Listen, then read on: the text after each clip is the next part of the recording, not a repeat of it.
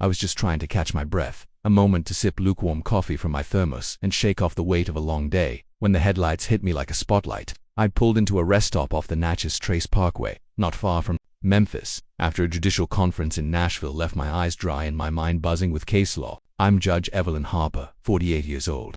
A black woman who spent 2 decades behind the bench, and I thought I'd seen every shade of human behavior until that night. I was leaning against my Lexus, the only car in the lot, when two police cruisers rolled up, no sirens, just a sudden glare that made my heart skip. 2 white officers stepped out, their boots crunching gravel, and I knew, even before they spoke, that this wasn't about a broken taillight. Sergeant Roy Tanner, with a jaw set like he was chewing on authority, barked, "License and registration." His partner, Officer Caleb Morse, younger, with a smirk that didn't match his badge, stood close, eyeing me like I was a puzzle he'd already solved. I handed over my papers, my hand steady, and said, "I'm a federal judge, taking a break," before heading home. Tanner didn't even glance at the ID. "What's a judge doing out here alone at 1 a.m.?" he asked, his gaze fixed not on my eyes but on my skin, like it was the only evidence he needed. I kept my voice even, the way I'd learned to when facing a hostile witness in court. "Is it illegal to stop for coffee?" Morse snorted, stepping closer. "You live in Memphis, traveling solo?" I nodded, feeling the air tighten. "Mind if we check your trunk?" Tanner added, his hand brushing his belt, though I noticed he didn't reach for anything specific. "Yes, I mind," I said. "Do you have a warrant?" That's when the shift happened. Tanner's mouth twitched, and Morse's smirk vanished. "Lady, you're not in a position to play lawyer," Tanner snapped. "I'm not playing," I replied, calm but firm. "I'm a judge. Follow protocol." Silence stretched, heavy as the humid Tennessee night, and then Tanner moved fast, his voice low and sharp. "Turn around. Hands behind your back." I raised an eyebrow. "Am I being detained?" Morse's hand hovered near his radio, and Tanner stepped forward, close enough that I could smell his aftershave. "Do it, or I'll make you." I exhaled, slow and deliberate, and turned, not because I was scared, but because I knew resistance would give them an excuse. Cold steel snapped around my wrists, and as Tanner shoved me toward the cruiser, I looked back, locking eyes with him. "Do you see a threat, or just me?" I asked quietly. He froze for a heartbeat, then pushed me into the back seat, slamming the door like he could shut out the question. The ride to the station, 3 miles away, was silent except for the hum of the engine and Morse's occasional glance in the rearview mirror. I sat upright, shoulders square, my mind racing but my face still. I thought of my daughter Maya, 27, and a journalist with a fire in her that reminded me of my own mother, a civil rights marcher in the 60s. Maya would be waiting for my nightly check-in, a ritual we'd kept since she was a girl. Ever since, I told her, we don't let silence settle in this family. I knew she'd worry when I didn't call, and that thought kept me grounded, even as the cuffs dug into my skin. At the station, a squat brick building with flickering fluorescent lights, they marched me through a lobby where a desk officer barely looked up from her screen. Tanner leaned back, spinning a pen, as he told her, "Suspicious behavior at the rest stop. Female, late 40s, claims she's a judge." Morse chuckled, adding, "ID's probably fake. Plates didn't match her story." I stood there, heels steady on the concrete, and said nothing. They didn't ask questions, didn't verify my identity, just processed me like a name on a form. Routine as checking the weather dot in the holding cell, a glass box with a metal bench. I sat with my hands folded, my navy blazer still crisp despite the night's chaos. The officers' voices drifted through the Waltoner, scoffing. "They all say there's somebody." And another voice, a woman, laughing, "A judge. Please. She's just another Karen with a story." I didn't flinch, but each word landed like a stone, piling up in a way that made my chest tight. I thought of the first time I wore my judge's robe, how it felt like armor, how I'd sworn to uphold justice for people who looked like me, who'd been dismissed like I was now. I hummed a gospel tune my mother used to sing. This little light of mine, soft enough that no one heard, but loud enough to remind me who I was. Across the room, a younger officer, Jamal Carter, sat at a desk, his badge shiny and his face still soft with inexperience. He kept glancing at me, his brow furrowed like he sensed something was off. "What's she in for?" he asked Morse, who shrugged, got mouthy, wouldn't open her trunk. Jamal blinked, hesitant. "That's it. She said she's a judge." Tanner cut in, "Probably one of those types who thinks they're above the law." Jamal didn't reply, but his eyes lingered on me, and I saw a flicker of doubt, the kind that could grow if someone gave it room. Meanwhile, I knew Maya was out there piecing things together. She'd always been quick, her journalist's mind, connecting dots faster than most. When my phone didn't ring, she'd checked the county's arrest database, her fingers flying over her laptop in our Memphis apartment, 10 miles from where I sat. I could picture her, her braids pulled back, her voice sharp as she recorded a podcast episode, something she'd started doing to amplify stories of injustice. "This is Maya Harper," she'd say, "and tonight, my mother, Judge Evelyn Harper, is missing. She was at a rest stop, and now she's in a cell. This isn't right. I didn't know it then, but her words were already spreading, her podcast hitting 5,000 downloads before dawn, shared on X by friends, classmates, and strangers who recognized the story's weight. Back in the cell, I closed my eyes, not to sleep, but to listen to the officer's assumptions, to the hum of the vending machine, to the rhythm of my own breathing.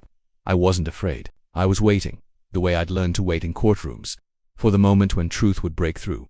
The night stretched on, and the station grew quieter, the officer's banter fading into murmurs.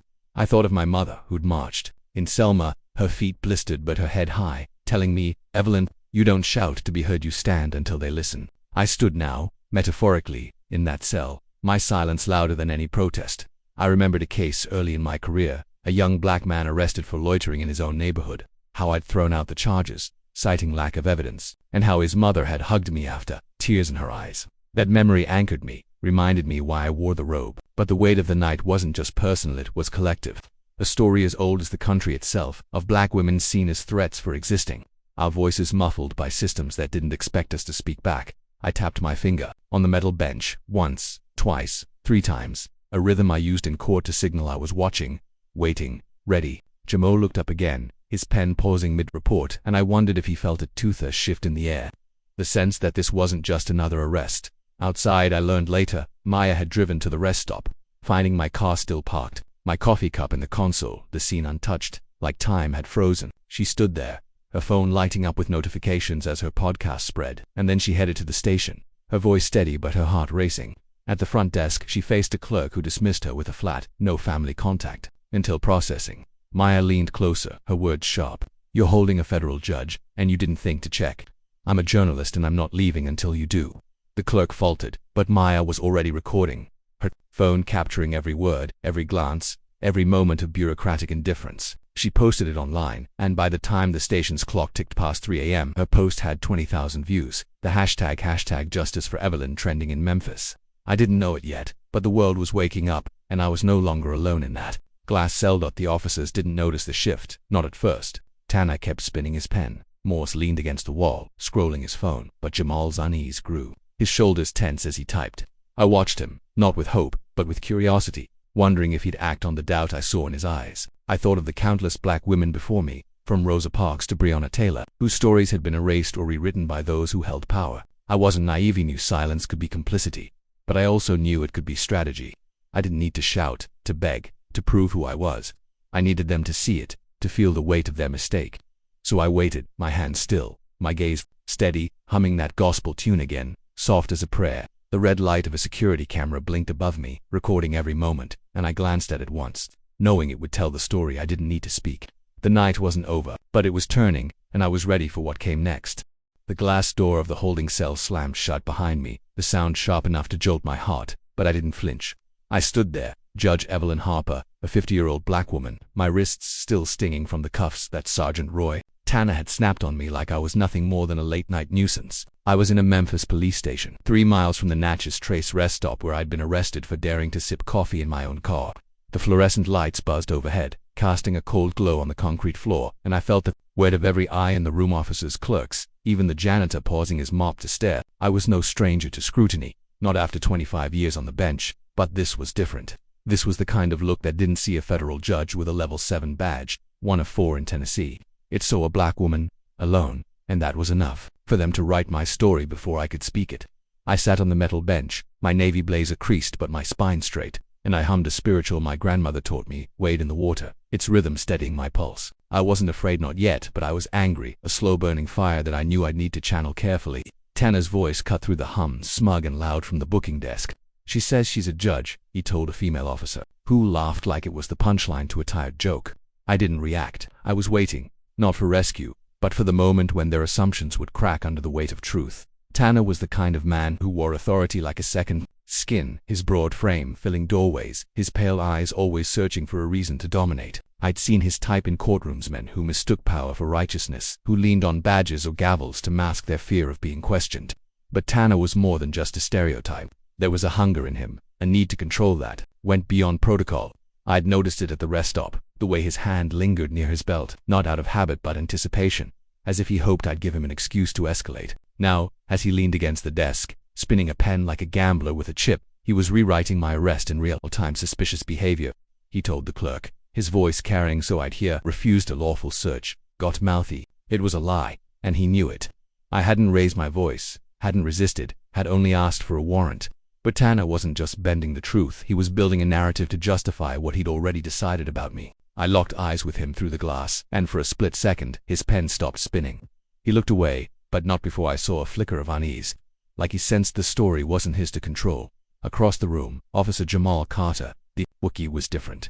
His badge gleamed like it was polished daily, and his face, young and unlined, hadn't yet hardened into the cynicism of his peers. He sat at a side desk, typing a report, but his glances kept drifting toward me. I could feel his conflict, the way his training clashed with his gut. "She doesn't look nervous," he murmured to Officer Caleb Morse, Tanner's partner, who was scrolling his phone nearby.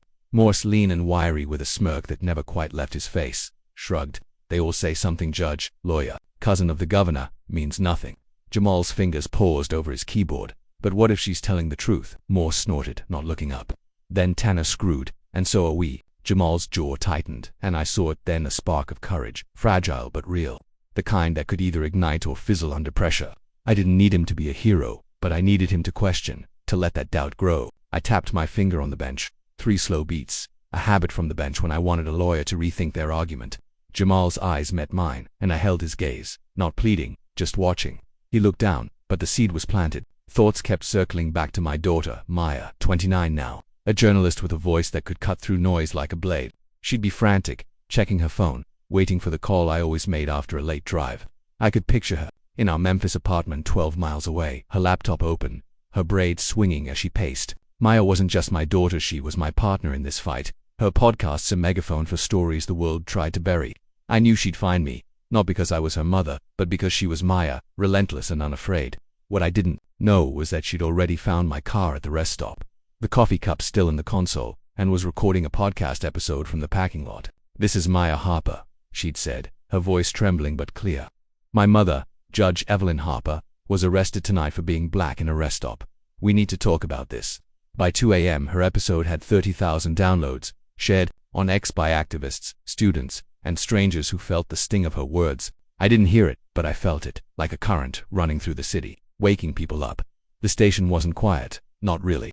There was the clack of keyboards, the murmur of officers swapping stories, the occasional laugh that grated against my nerves. But there was another sound, faint at first, growing louder, chant from outside, voices weaving together in a rhythm that felt like home. No justice, no peace. I couldn't see them, but I knew Maya's podcast had reached the community, and they were here, gathering at the station steps. I learned later it was a mix of people, college kids, church elders, barbers from the shop down the street holding candles and signs that read "See Evelyn Now." A woman's voice led a canned response, "Whose streets are streets?" And I hummed along, my spiritual blending with their song. Tanner noticed it too, his pen dropping to the desk as he strode to a window, peering out. "Dang protesters," he muttered, but his voice had an edge, like he hadn't expected resistance so soon. He turned to Morse. "Get the chief on the phone, this is going to be a mess."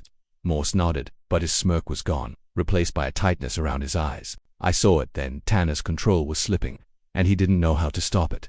I thought about my grandmother, who'd taught me that spiritual in a shotgun house in Birmingham, her hands calloused from picking cotton and marching for freedom. She'd told me, "Evelyn, the world will try to dim your light, but you keep shining." I was shining now, not with shouts or tears, but with silence, the kind that forced people to look twice. I thought of a case I'd presided over years ago, a black teenager arrested for suspicious loitering at a bus stop. I dismissed the charges, but not before asking the officer what made him suspicious, his hoodie or his skin. The officer had no answer, and I saw the same discomfort in Tanner now, though he hid it behind bravado. He wasn't just a villain in my story, he was a man running from his own reflection, afraid of what he'd see if he stopped long enough to look. His hunger for control came from fear, I realized. Fear of a world where people like me didn't bow. That fear made him dangerous, but it also made him fragile, and I intended to use that. Jamal stood suddenly, his chair scraping the floor, and walked toward the booking desk. "We should verify her ID," he said, his voice low but firm. Tanner spun around, his face reddening. "You questioning me, Ru?" Jamal didn't back down, though his hands trembled slightly. "I'm saying we might have messed up. She's not acting like a suspect, she's acting like she knows the law."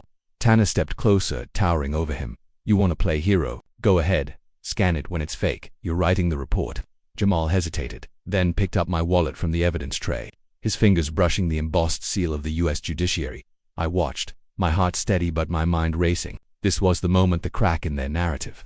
Jamal slid the ID into a scanner, and the machine chirped, a single note that hung in the air like a warning. The screen lit up. Honorable Evelyn L. Harper, federal judge, active status, verified. Tanner's face froze, his pen slipping from his hand, and Morse looked up from his phone, his mouth half open. I didn't smile, didn't speak. I just sat there, my humming softer now, letting the truth do the talking. Outside, the chants grew louder and I heard a new voice, Maya's, amplified through a megaphone. My mother is a judge, and you're holding her like a criminal. We're not leaving until she's free. The crowd roared, and I felt a surge of pride, not just for her, but for every voice joining hers. Tanner stormed to the door, barking at Morse to handle the crowd, but his voice cracked, betraying the panic he'd tried to bury. I thought of my grandmother again, how she'd faced dogs and hoses with nothing but faith and a song. I was facing Tanner's fear, his need to diminish me, and I knew I'd outlast it. But the drama was escalating. Phones rang off the hook, and a clerk whispered about a federal agent on the line. Tanner's control was unraveling, and I could see it in his eyes. He wasn't just fighting me now, he was fighting the tide of a city waking up. I tapped my finger again, 3 slow beats, and Jamal looked at me, his doubt now aflame. The truth was out, and it was spreading faster than Tanner could contain. I leaned back against the wall, my humming steady, knowing this cell wouldn't hold me much longer. The station's fluorescent lights flickered, casting jagged shadows across the booking desk, and I stood at the edge of the holding cell. My navy blazer creased but my resolve unbroken as the truth I'd been waiting for began to claw its way into the open. I'm Evelyn Harper, a 50-year-old black federal judge, one of 4 in Tennessee with a level 7 judiciary badge. And I'd spent the night in a Memphis police station, 3 miles from the Natchez Trace rest stop where I'd been arrested for nothing more than existing. My wrists still bore the faint marks of Sergeant Roy Tanner's cuffs, but my heart hummed with the spiritual my grandmother had taught me. This little light of mine, its melody a quiet fire against the chaos. I wasn't trembling from the cell's chill, not from the officers' glares, but I was electric, a current of purpose surging through me, honed by 25 years of wielding justice. The scanner's beep, confirming my identity as a judge, had shattered Tanner's lies, and now the station was a pressure cooker, its air thick with the weight of a mistake no one could ignore. Tanner stood by the desk, his broad frame rigid, his pale eyes darting like a trapped animal's, as he tried to salvage the narrative he'd built to bury me. I didn't speak, didn't need to. The truth was speaking for me, and it was louder than any gavel I'd ever struck. Tanner was unraveling, his hunger for control now a noose tightening around him. I'd seen it in his twitchy fingers at the rest stop, his need to dominate a woman who dared to stand her ground. But here, in the station, that need was his undoing. He paced, his boots thudding, barking at Officer Caleb Morse to get the chief on the line again. But his voice cracked, betraying a fear he couldn't outrun. Tanner wasn't just a villain, he was a man haunted by his own fragility, terrified of a world where his badge didn't shield him from accountability. I'd faced his kind in court, men who clung to power like a lifeline, their arrogance a mask for insecurity. A memory surfaced, a white prosecutor I'd once reprimanded for withholding evidence. His face red as he stammered, unable to meet my eyes. Tanner's face was that same shade now, his lies calling me hostile, my ID fake exposed as flimsy props in a play no one believed anymore. He turned to the clerk, snapping, "Run it again," as if the scanner could rewrite reality. But the clerk hesitated, her fingers frozen over the keyboard. I tapped my finger on the cell's glass. 3 slow beats, a courtroom signal that time was running out. Tanner didn't hear it, but I felt it, a rhythm pulsing through the room, marking the end of his reign. Officer Jamal Carter, the rookie, was a beacon in the storm, his young face taut with a courage that seemed to grow with every glance he stole at me. He stood near the evidence tray, his new badge catching the light, his hands steady despite the weight of Tanner's glare. Jamal was 24, maybe 25, with a quiet fire that reminded me of my son, Marcus, who'd once said, "Mama, I want to fix what's broken, not add to the cracks." I wondered what drove Jamal: justice, redemption, or the burden of being the only black officer in a room that reeked of bias.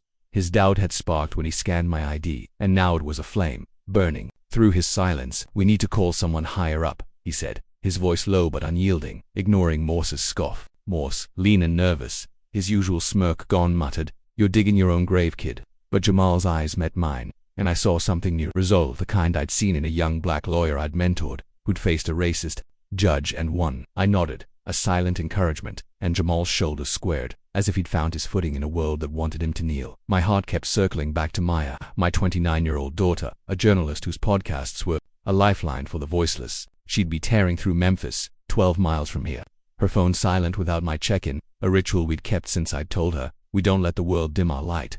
I could see her, braids flying, her laptop a weapon as she fought for me. Maya was my soul, but also my storm, her voice a thunderclap that had once exposed a corrupt school board in a viral episode. I didn't know she'd already found my car at the rest stop, the thermos untouched, and had posted a podcast episode that was now at 100,000 downloads, racing across X like a wildfire. My mother, Judge Evelyn Harper, was arrested for being black, she'd said, her words a call to arms. I couldn't hear it, but I felt it, a pulse in the air, like the city was breathing with me. Outside, the crowd had grown: students, barbers, a nurse who'd worked a double shift chanting, "See Evelyn now." A young poet, her voice raw, recited verses through a megaphone. We rise, our truth won't bend. And I hummed along, my spiritual weaving with her words, a harmony of resistance. The station was a cauldron of tension. Phones ringing, officers whispering, the clerk's radio crackling with reports of the protests swelling outside. Tanner's pacing grew frantic, his voice rising as he snapped at Morse. "Why's the chief not here yet?" Morse, his hands shaky, dialed again, his eyes avoiding me. I thought of my grandmother, her hands scarred from cotton fields, her voice steady as she told me, "Evelyn, they'll try to break you, but you're a river, they can't hold you." I was that river now, my silence a current eroding Tanner's lies. A memory flashed, a black teenager I'd sentenced to community service instead of jail, his mother weeping as she thanked me for seeing his humanity. I was fighting for that humanity now, not just mine, but every black soul dismissed by men like Tanner. His villainy was a shield, protecting a fear of irrelevance, a fear that drove him to cuff me, to mock my title, to build a case on sand. But that fear was his weakness, and I was ready to let it consume him. The door to the station burst open, and 2 federal agents strode in, their badges flashing under the lights. The room froze, Tanner's pacing halting mid-step, Morse's phone slipping from his hand. The taller agent, a woman with steel in her eyes, spoke first. "We're here for Judge Evelyn Harper. Where is she?"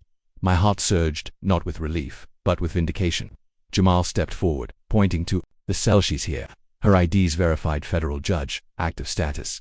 The agent's gaze swept over Tanner, who stammered, "We thought." The ID looked off. She picked up my wallet, inspected the seal, and turned to him, her voice ice. "This is a level 7 judiciary badge, only for people in Tennessee carry one." "You thought wrong." Tanner's face drained of color, his hands clenching, and I saw at the moment his fortress crumbled. The agent nodded to a clerk, who unlocked a cell, and I stepped out, my heels steady, my humming soft but unbroken. I looked at Tanner, not with anger, but with the weight of truth. "If I'd been a white man with that badge, would you have checked it or saluted?"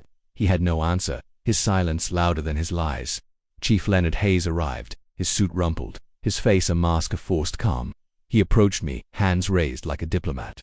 "Judge Harper, this was a misunderstanding. We're prepared to settle this quietly, generous terms, no press." I tilted my head, my voice calm but steel. "This isn't about money, Chief. It's about accountability.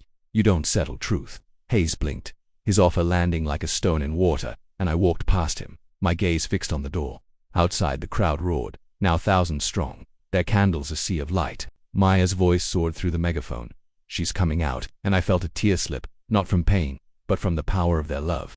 I stepped into the night, the poet's words still echoing, we rise, and I knew this wasn't my victory alone, it was theirs, ours, a city's. Hayes followed, his voice low. "Judge, let's talk, please." I turned, my eyes steady. "We'll talk, Chief, in court." The crowd cheered, and I raised a hand, not in triumph, but in promise. The protest had become a movement, signs reading "Justice" lights the way, swaying in the breeze. A barbershop owner, his apron still on, handed out water to protesters, his voice thick as he told a reporter, "She's our judge, our voice." Maya's podcast hit 1 million downloads, and X buzzed with hashtags #Evelyn Rises, #See Us Now. I thought of every black woman who'd faced this, from Sojourner Truth to Breonna Taylor, their strength my foundation.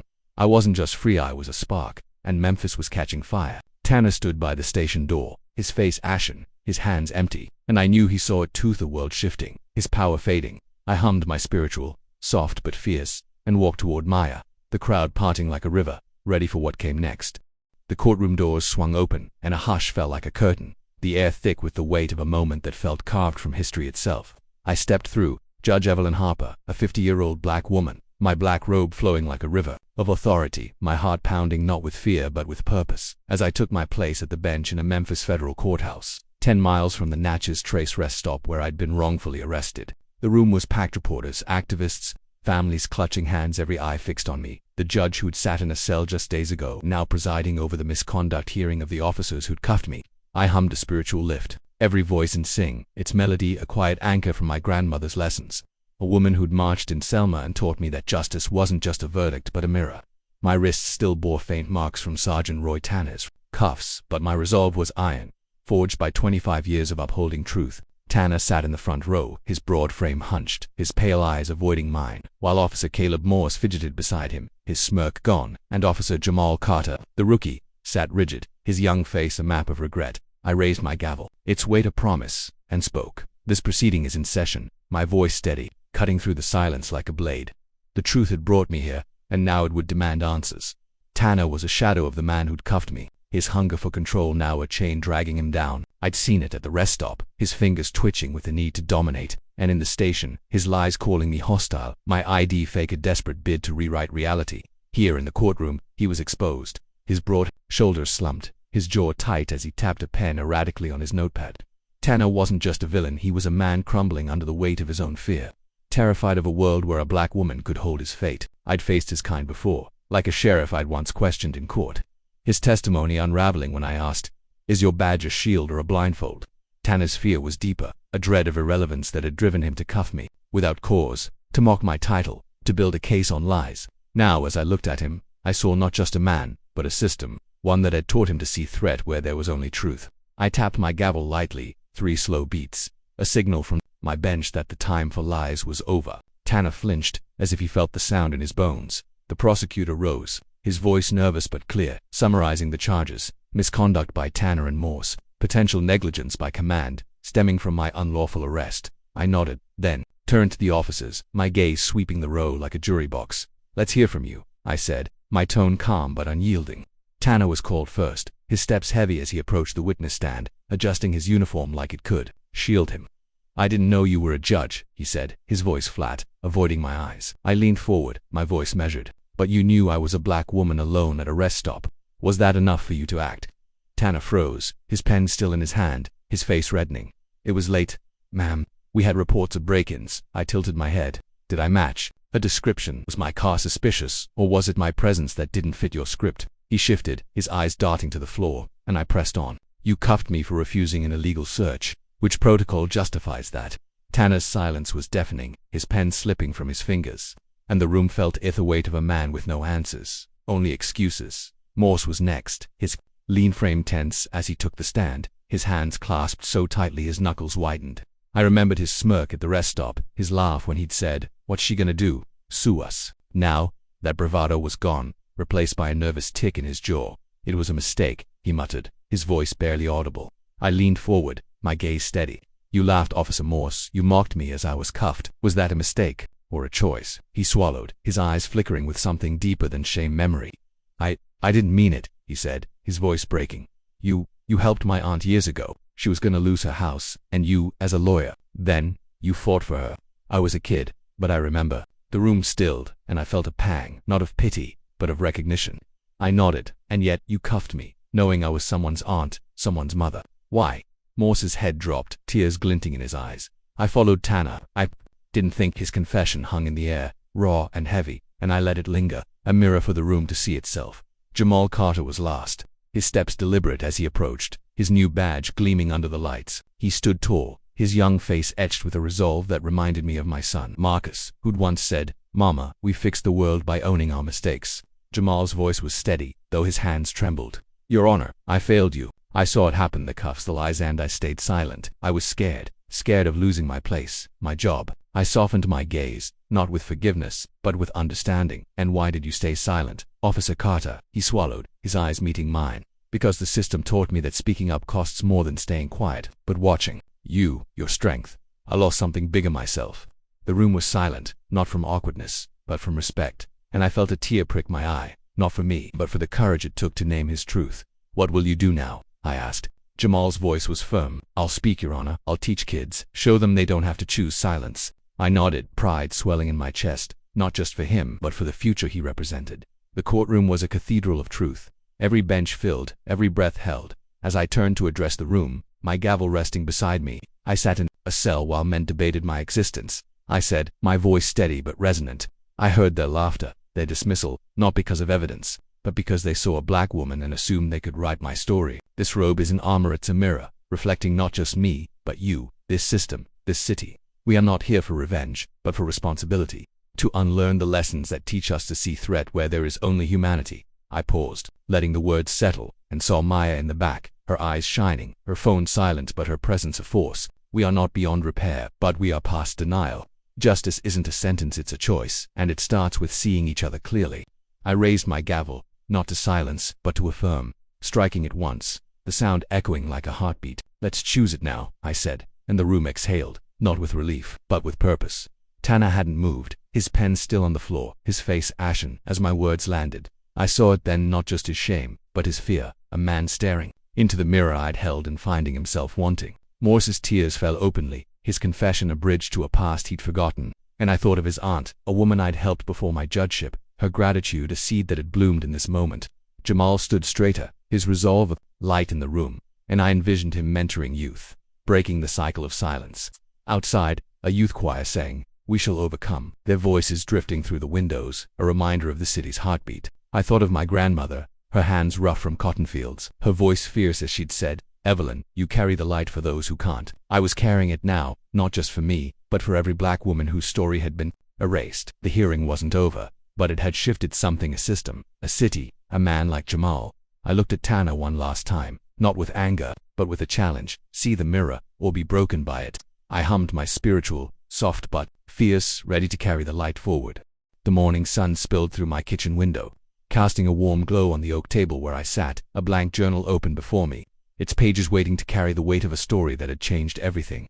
I'm Evelyn Harper, a black federal judge, one of 4 in Tennessee with a level 7 judiciary badge, and I was no longer the woman who'd been cuffed at a Natchez Trace rest stop 10 miles from this Memphis home. The marks on my wrists had faded, but the fire in my heart burned brighter, fueled by a journey that began with injustice and ended with a city awake. I hummed a spiritual, "Go down, Moses," its melody a thread to my grandmother's courage, a woman who'd faced tear gas in Selma and taught me that justice wasn't a destination but a path. The courtroom reckoning days ago, where I'd presided over the officers who'd arrested me, had shifted something not just in me, but in Memphis, in the officers, in the thousands who'd chanted my name. I wasn't just a judge now. I was a spark, and as I picked up my pen, I felt the weight of that responsibility, ready to write the next chapter. The aftermath of the hearing was a whirlwind, but not the kind that scatters, it was the kind that builds. I stood outside the courthouse that morning, the air crisp, the crowd still gathered, their candles replaced by banners that read, "Justice Rises." A young artist, her dreadlocks tied back, was sketching a mural on a nearby wall, a silhouette of me in my robe, gavel raised, with the words "See Us" in bold. I'd launched Mirrors of Justice, a mentorship program to bridge youth and law enforcement, and the response was overwhelming. Community centers across Memphis, 12 miles from the station where I'd been held, opened their doors for workshops where kids like my son Marcus could talk with officers like Jamal Carter, the rookie who'd found his voice. Jamal had resigned, his badge but not his purpose, volunteering to lead sessions, his young face lit with a resolve that reminded me of my own at 25, when I'd first argued a case for a black family facing eviction. I was silent once, he told a group of teens at a Beale Street community center, his voice steady. But Judge Harper showed me silence isn't safety, it's surrender. I'm here to help you speak. I watched from the back, pride swelling, not just for him, but for the kids who nodded, their eyes wide with possibility. Caleb Morse, the officer who'd smirked as he cuffed me, was there too, his lean frame quieter now, his hands no longer restless. His confession in court recalling how I'd saved his aunt's home years ago had broken something in him. Not to destroy, but to rebuild. He'd joined the program, not as a cop, but as a volunteer, speaking to youth about the cost of following blindly. I laughed when I shouldn't have. He told a group, his voice thick, "I saw a black woman and didn't see her strength. I won't make that mistake again." I didn't forgive easily, but I saw truth in his eyes, the kind I'd seen in defendants who'd owned their wrongs. Morse wasn't redeemed, not fully, but he was trying, and that was a start. I thought of my grandmother, her hands rough from cotton fields, telling me, "Evelyn, people can change, but only if they face the mirror." Morse was facing it, and I let that spark of hope flicker, knowing it could grow or fade depending on his choices. Sergeant Roy Tanner, the man who'd cuffed me, was a different story. He hadn't returned to the precinct, his administrative leave a quiet exile. But I heard whispers of him seen at a diner, his broad frame hunched, his pale eyes avoiding the newsstands where my story ran. Tanner wasn't just a villain. He was a man undone by his own fear, a fear that had driven him to see me as a threat, to lie about my hostility, to cling to a badge that couldn't shield him from truth. In court, his silence had been his confession, his face ashen as I'd said, "This robe is a mirror." I didn't hate him, I pitied him, a man who'd built a life on control only to watch it crumble. I wondered if he'd ever face that mirror or if he'd spend his days running from it. A memory surfaced, a white officer I'd sentenced for misconduct, his defense that he was just doing his job. I'd told him, your job is justice, not power. Tanner had chosen power, and it had cost him everything. I hoped he'd find a path, but that wasn't my burden to carry. My 29-year-old daughter was the heart of this movement. Her podcast, now a national platform, downloaded 2 million times and counting. She'd turned her pain into purpose, her voice a beacon for stories like mine. At a community festival that weekend, 15 miles from the courthouse, she stood on a stage, her braids swaying, her eyes fierce as she spoke. My mother didn't just walk out of that cell, she walked into our history, she said, and the crowd roared, their signs waving, Evelyn's light. The festival was new, a celebration of unity born from the protests, with food trucks, gospel choirs, and poets reciting verses of resilience. Maya's podcast booth was swarmed, people sharing their own stories of profiling, of strength, of hope. I watched her, my heart swelling, and thought of my grandmother's words. We don't just survive, Evelyn, we thrive. Maya was thriving, and through her, I saw a generation rising, unafraid to speak. I joined her on stage, my robe traded for a simple dress, and we hugged the crowd cheering, not for me, but for us, for the future we were building. The festival wasn't just a set, it was a reckoning. A barbershop owner, his clippers still buzzing from a day's work, led a panel on community policing, his voice thick with stories of his own encounters with bias. A high school teacher organized an art contest, kids painting murals of justice, one depicting me with a gavel and a candle. The air was alive with music, laughter, and purpose, and I felt it, a city knitting itself together, not erasing its scars, but building from them. I thought of every black woman who'd faced what I had, Fannie Lou Hamer, Breonna Taylor, the countless unnamed whose stories were buried. I was their echo, their fire, and this festival was their legacy too. Jamal spoke to a group of teens, his voice clear. You don't need a badge to make a difference, just courage. Morse stood nearby, listening, his face softer, as if he was learning to see. I didn't know if they'd stay the course, but I knew the seeds were planted, and Memphis was fertile ground. Back at my kitchen table, I opened my journal and wrote, my pen steady. Justice isn't revenge, it's remembering who we are when the world forgets. I was cuffed, dismissed, but I stood, not because I'm a judge, but because I'm a daughter of resilience. I reflected on my journey, from the rest stop's headlights to the courtroom's gavel, from silence to a city's roar. I'd learned that silence could be a weapon, but only if it led to action. That truth could break chains, but only if we held the mirror. That justice wasn't a moment, but a movement. I thought of Tanner's fear, Morse's shame, Jamal's courage, Maya's voice, and the thousands who'd chanted my name. Each had shaped me, taught me that we don't just overcome, we transform. I closed my journal, my humming soft but unbroken, and looked out at Memphis, its skyline a promise of more to come. I want to ask you, the reader, if you were in a similar situation, facing a role flip where you held power over those who wronged you, confronting racial profiling and abuse of power, with your identity revealed. In a moment of surprise, how would you approach it to achieve the best possible outcome? Would you wield silence like a sword, speak truth like a flame, or build a bridge like I did, knowing the world is watching? Share your thoughts on X or in your heart, because this story isn't just mine, it's ours.